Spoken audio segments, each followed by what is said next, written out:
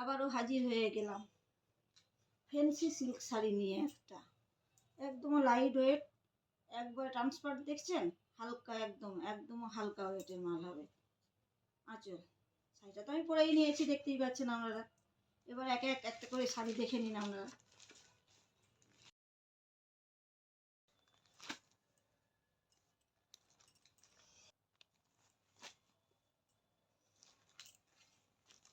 প্রত্যেকটা শাড়ি পেয়ে যাচ্ছে, ডিফারেন্ট কালার পাবে, ডিফারেন্ট প্রিন্ট পেয়ে যাবে।